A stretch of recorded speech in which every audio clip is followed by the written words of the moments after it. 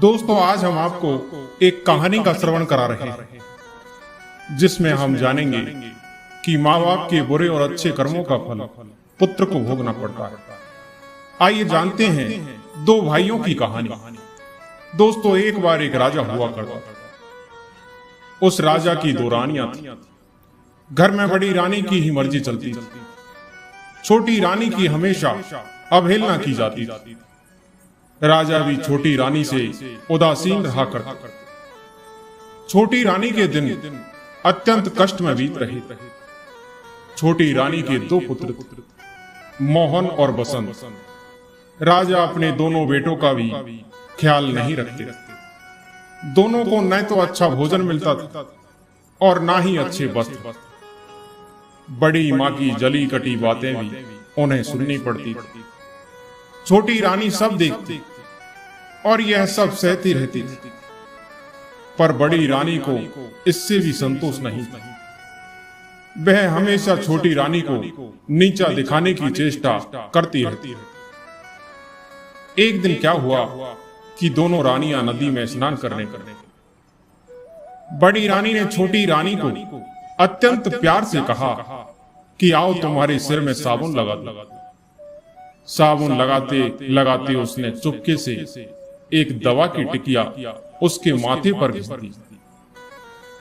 दुखियारी छोटी रानी देखते ही देखते एक तोता बनकर टीटी करती हुई उड़ गई। घर आकर बड़ी रानी ने कहा कि छोटी रानी तो नदी में डूब गई।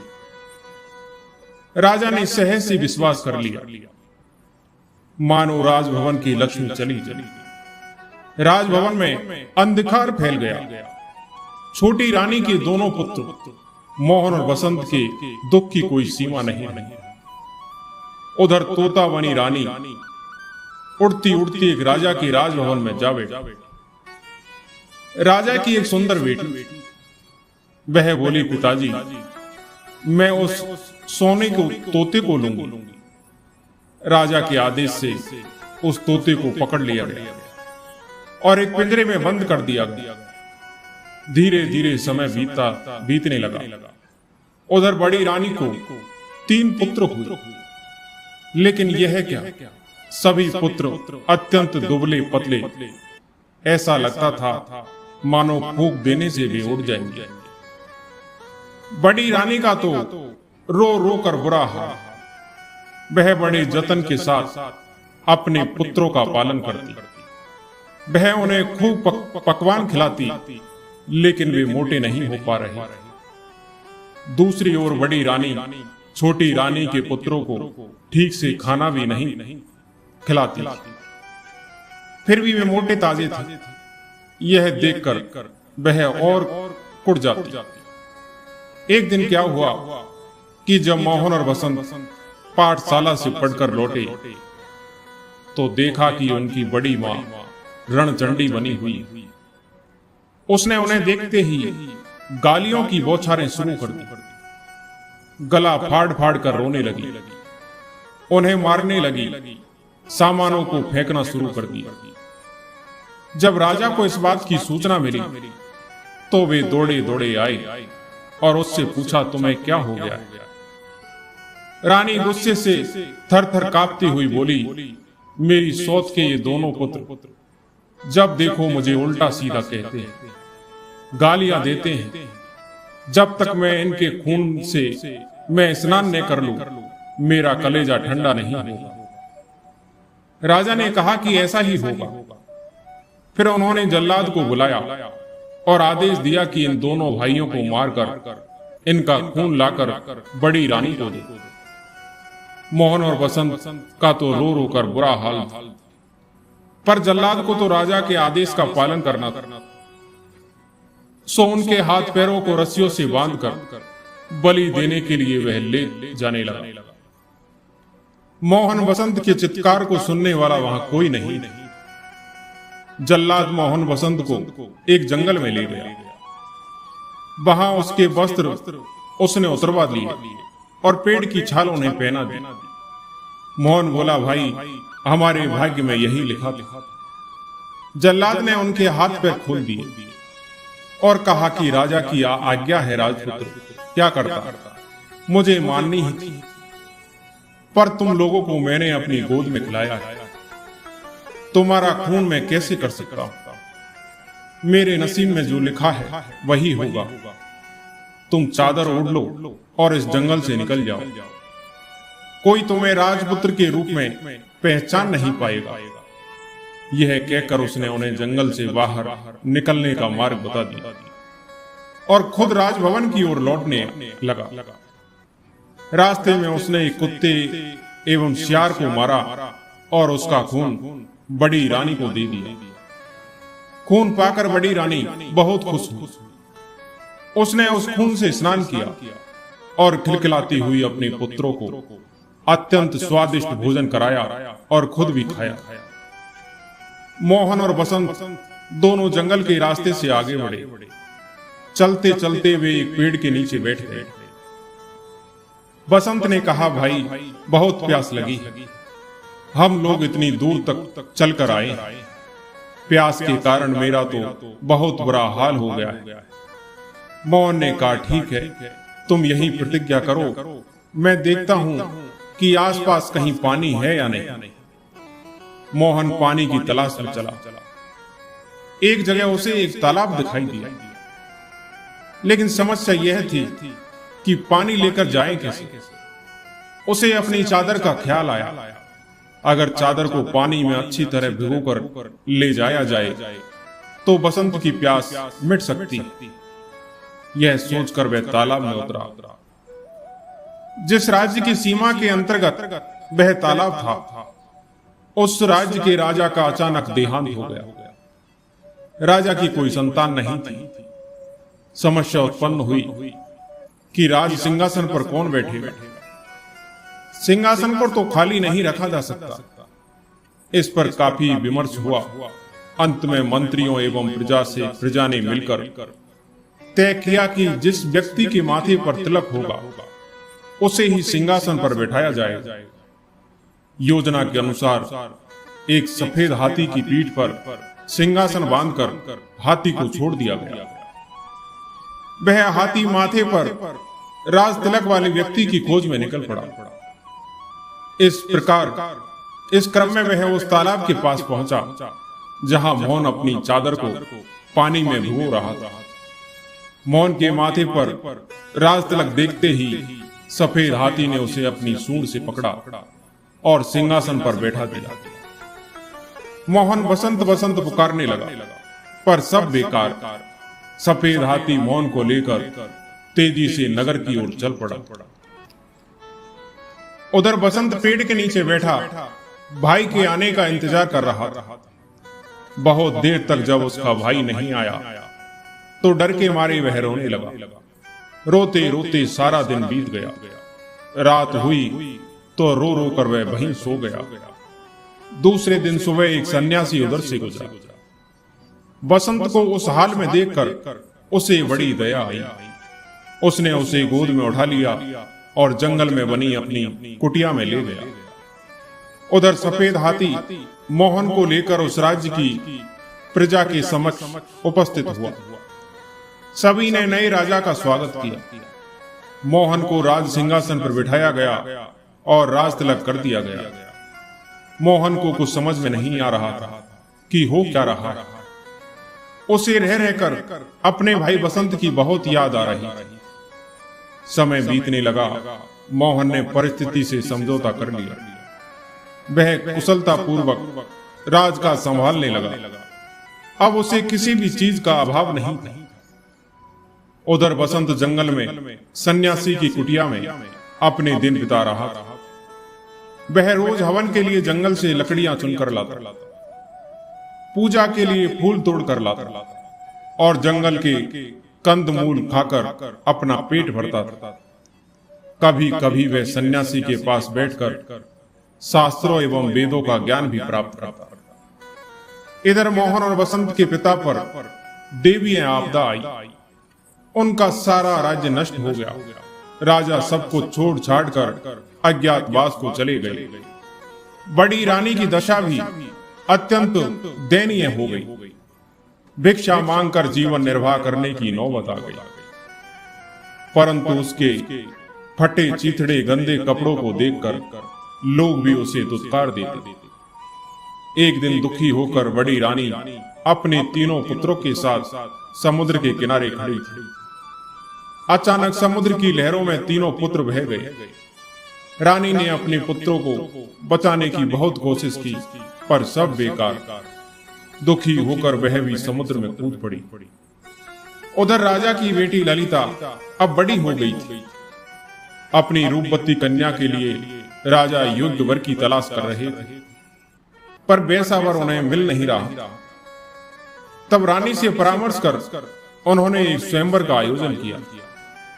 स्वयंवर सभा में अनेक राज्यों के राजपुत्र उपस्थित हुए। राजा ने घोषणा की कि सारे राजपुत्र अपने आसन पर बैठेंगे और ललिता हाथ में माला लेकर सभी के सामने से गुजरेगी। जो राजकुमार उसे पसंद आएगा उसी के गले में वह वरमाला डालेगी। इधर ललिता ने स्वयंवर के लिए श्रृंगार करना आरंभ किया। बालों का जूड़ा बनाया, आंखों में काजल लगाया, फिर तोता बनी रानी से पूछा, और मुझे क्या चाहिए? तोते ने कहा, मैं अगर तुम्हारी जगह होती तो पांवों में सोने की पायल पहनते, इससे रुनझुन की बहुत मधुर आवाज आती। ललिता ने सोने की पायल पहन ली। फिर पूछा, बोलो और क्या करना चाहिए मुझे? तोते ने कहा कि अगर मैं तुम्हारी जगह होती तो सोने की जरी वाली साड़ी पहनती। तोते की बात सुनकर ललिता ने सोने की जरी वाली साड़ी पहनी। फिर तोते ने कहा, अब तुम हीरे का हार पहन लो, बहुत सुंदर लगोगी। ललिता ने हीरे का हार पहन लिया। फिर पूछा, अब? तोते ने कहा कि कानों में जड़ाऊ, कर्णफूल और मांग में हीरे का टीका पहनने से ही नारी का श्रृंगार पूरा होता है। ललिता ने सारी चीजें पहन ली। तब तोते ने कहा, सब तो हुआ, पर गजमुक्ता ने होने से श्रृंगार तो पूरा होगा ही नहीं।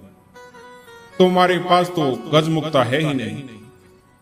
अगर स्वयंवर में आए हुए राजकुमारों में से कोई गजमुक्ता ला दे तो समझना वही तुम्हारे योग्य वर है। यह सुनकर ललिता ने सारे साज श्रृंगार उतार दिए और घोषणा करवा दी कि जो राजकुमार उसके लिए गजमुक्ता लाएगा उसी से वह विवाह करेगा। घोषणा सुनते ही सारे राजकुमार गजमुक्ता की खोज में निकल पड़े। राजकुमारों ने सुना था कि सभी हाथियों में गजमुक्ता नहीं होती। समुद्र के किनारे पाए जाने वाले किसी किसी हाथी में ही गजमुक्ता होती है। अतः सारे राजकुमार समुद्र की ओर चल पड़े। समुद्र के किनारे पहुंचने से पहले ही हाथियों के एक झुंड ने उन पर धावा बोल दिया, जिस कारण अनेक राजपुत्रों के हाथ पैर टूट गए, अनेक घायल हो गए और इस तरह सब हताश निराश होकर वापस लौट गए। कुछ ही दिनों बाद यह समाचार मोहन बने राजा के कानों तक पहुंचा। उसे राजपुत्रों की दुर्दशा पर दया आई और ललिता के आचरण पर अत्यंत क्रोध आया। उसने निश्चय किया कि वह ललिता के अहंकार को चूर चूर कर देगा। उसने ललिता के पिता के राज्य पर आक्रमण कर दिया। ललिता के पिता की पराजय हुई। मोहन बने राजा ने ललिता को बंदी बना लिया। उधर वसंत सन्यासी की कुटिया में दिन बिता रहा था। सारा दिन इधर उधर घूमता रहता। उसकी कुटिया के पास एक विशाल बरगद का पेड़ था। उसमें एक गुल और एक बुलबुल रहा करती थी। एक दिन दुखी होकर वसंत उसी पेड़ के नीचे बैठा। तब उसने उस गुल और बुलबुल को बातचीत करते हुए सुना। गुल ने स्वयंवर की सारी घटनाएं बुलबुल को सुनाई। फिर बोली कि कौन जानता है कि इसका क्या परिणाम होगा। बुलबुल ने कहा कि क्षीर सागर के किनारे एक दूध पहाड़ से क्षीर सागर में दूध गिरता है। उस क्षीर सागर में एक स्वर्ण कमल खिला हुआ है। उस स्वर्ण कमल में एक हाथी रहता है। उसी के सिर में गजमुक्ता है।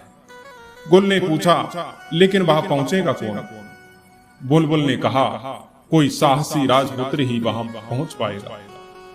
सारी बातें सुनने के बाद बसंत ने उससे पूछा कि मैं गजमुक्ता लेने जाऊंगा, इस कार्य में तुम दोनों मेरी कुछ सहायता करोगे? गुल और बुलबुल ने उससे कहा, जरूर, लेकिन तुम पहले सन्यासी के पास जाकर उसका त्रिशूल लेकर आओ, फिर सेमल के पेड़ के पास जाकर राजपुत्र के वस्त्र मांगो, सारी चीजों की प्राप्ति तुम्हें हो जाएगी। बसंत ने सन्यासी से त्रिशूल लिया, सेमल के पेड़ से राजवस्त्र प्राप्त किए और उन्हें पहनकर समुद्र की ओर चल पड़ा। क्षीर सागर पहुंचकर उसने देखा कि स्वर्ण कमल के बीच दूध की तरह सफेद एक हाथी के सिर पर गजमुक्ता है। गजमुक्ता की रोशनी से चारों ओर उजाला फैला हुआ है। बसंत उस सफेद हाथी की पीठ पर कूदा। जैसे ही उसने सफेद हाथी के सिर पर त्रिशूल को रखा, वैसे ही सागर, स्वर्ण कमल, सफेद हाथी सब गायब हो गए। वहां केवल एक कमल का फूल खिला हुआ और उसके अंदर गजमुक्ता की माला थी। मनुष्य की आवाज में कमल के फूल ने पूछा, निश्चय ही तुम राजपुत्र हो, कौन सा राज्य है तुम्हारा? बसंत ने कहा, मैं राजपुत्र नहीं, एक सन्यासी के साथ जंगल में रहता हूं। ठीक है, तुम गजमुक्ता को अपने सिर पर और मुझे अपने हृदय में रखो। ललिता के साथ तुम्हारा ये विवाह होगा और तुम्हारा जीवन सुख से बीतेगा। बसंत क्षीर सागर के बालू पर चलता हुआ वापस लौटने लगा। तभी उसे कुछ आवाजें सुनाई पड़ी, हम लोगों को भी साथ ले चलो भाई। वह भौचक्का होकर चारों ओर देखने लगा। उसे आसपास कोई भी नहीं दिखा। वह आगे बढ़ा तो फिर वैसी ही आवाजें आई। उसने गौर से बालू को देखा तो उसे लगा कि उसके पैर के पास बालू के अंदर से आवाजें आ रही। उसने त्रिशूल से वहां का बालू हटाया तो देखा कि वहां 3 सोने की मछलियां थी। वह अपने साथ लेकर चल पड़ा। इधर मोहन बना राजा शिकार खेलने निकला। एक दिन सारा दिन भटकने के बाद भी उसके हाथ एक भी शिकार नहीं आया। थक कर वह एक पेड़ के नीचे बैठ गया। अचानक उसे याद आया कि वह अपने भाई बसंत को इसी पेड़ के नीचे छोड़कर पानी लाने गया था और फिर एक हाथी उसे एक राज्य में ले गया। फिर वह कभी इस जगह लौटकर नहीं आ सका। बसंत का क्या हुआ? वह कहां गया होगा? क्या वह जीवित होगा? यह सोचकर वह रो पड़ा। राजभवन में लौटने के बाद भी वह केवल बसंत के बारे में सोचता रहता। बसंत गजमुक्ता लेकर ललिता के राज्य में गया तो वहां उसे पता चला कि मोहन राजा ललिता को बंदी बनाकर अपने राज्य में ले गया है। बसंत सीधा मोहन राजा के राजभवन में पहुंचा। राजा के अंगरक्षकों को 3 सोने की मछलियां देकर कहा कि अपने राजा से कहो कि ललिता को छोड़ दे। लेकिन मोहन राजा तो अपने भाई के शोक में डूबा अपने कमरे का दरवाजा बंद कर अंदर बैठा हुआ था। राजा की आज्ञा की प्रतीक्षा में बसंत 7 दिनों तक हाथ में त्रिशूल लिए सिर पर गजमुक्ता रखे राजमहल के सामने बैठा रहा। 8वें दिन मोहन राजा थोड़े सामान्य हुए तो दासियां सोने की मछलियों को काटने बैठी। लेकिन आश्चर्य, मछलियां बोल उठी कि हमें न काटो, हम राजा के भाई हैं। अंगरक्षकों ने जब मोहन राजा को बसंत की बात बताई तो वे स्वयं राजभवन से बाहर आए। वहां अपने भाई बसंत को देखा तो दौड़कर उसे अपने गले लगा लिया। तभी वे दासियां उन बोलने वाली सोने की मछलियों को लेकर राजा के पास पहुंची। लेकिन आश्चर्य कि मोहन राजा के हाथ लगाते ही तीनों मछलियां 3 मनुष्यों में बदल गई। उन्हें देखते ही वे पहचान गए। वे बड़ी रानी के पुत्र थे। मोहन बसंत ने बड़ी रानी और राजा के दुर्भाग्य की सारी बातें उनसे सुनी। उनकी आंखों से आंसू बहने लगे। 5 भाई आनंद पूर्वक राजभवन में रहने लगे। मोहन राजा अपने भाई बसंत के विवाह की तैयारियां करने लगा। उसने ललिता के पिता के पास समाचार भेजा कि उन्हें मुक्त किया जा रहा है। पिंजरे के तोते ने ललिता को खुशखबरी दी। गजमुक्ता लेकर राजपुत्र आ गया है। ललिता बोली, जानती हूं। उसी समय एक दासी दौड़ती हुई आई और उसने प्रसन्नता पूर्वक कहा कि गजमुक्ता लाने वाला राजपुत्र राजा मोहन के भाई है। ललिता बहुत खुश हुई। उसने तय किया कि वह अपने प्रिय तोते को आज अपने हाथों से स्नान कराएगी। उसने गाय के दूध में कच्ची हल्दी को पीसकर दूध में मिलाया और उससे तोते को स्नान कराने लगी। ललिता के हाथ से तोते के माथे की दवाई पहुंच गई। देखते ही देखते तोता एक सुंदर नारी बन गया। ललिता ने आश्चर्य से पूछा कि तुम कौन हो, परी हो या देवी? वह बोली, मैं राजरानी। मोहन और बसंत मेरे ही बेटे हैं। उसके बाद उसने अपने साथ घटी सारी बातों को उसे बता दिया। अगले दिन ललिता के साथ बसंत का विवाह धूमधाम से संपन्न हुआ। विदा के समय ललिता ने अपने पिता से कहा कि मैं पालकी में अकेले ही जाऊंगी। पिता ने पूछा कि यह क्या बात हुई? ललिता बोली, मैंने प्रण लिया है कि सुबह प्रार्थना के समय अकेली रहूंगी। पिता बोले, ठीक है, जैसा तुम चाहती हो वही हो। सभी से विदा लेकर ललिता सुंदर पालकी में बैठ गई। उसने चुपके से छोटी रानी को अपनी पालकी में बिठा लिया। बसंत भी अपनी पालकी में बैठ गया। मोहन राजा के महल के पास जब पालकी रुकी तब उससे ललिता के अलावा एक अपूर्व सुंदरी नारी भी उतरी। सब उसे आश्चर्यचकित होकर देख रहे।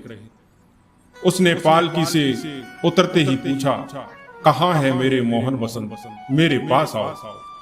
मां की पुकार सुनकर मोहन बसंत दौड़कर आए और उससे लिपट गए। बड़ी रानी के तीनों पुत्र भी दौड़कर वहां पहुंच गए। इस सुखद समाचार को सुनकर थोड़े दिनों बाद राजा भी लौट आए। इस प्रकार छोटी रानी के दुखों का अंत हुआ। सभी के दिन सुखपूर्वक बीतने लगे। दोस्तों, मैं आशा करता हूं कि ये कहानी आपको पसंद आई होगी। कहानी पसंद आई हो तो हमारे वीडियो को लाइक और सब्सक्राइब जरूर करें। धन्यवाद।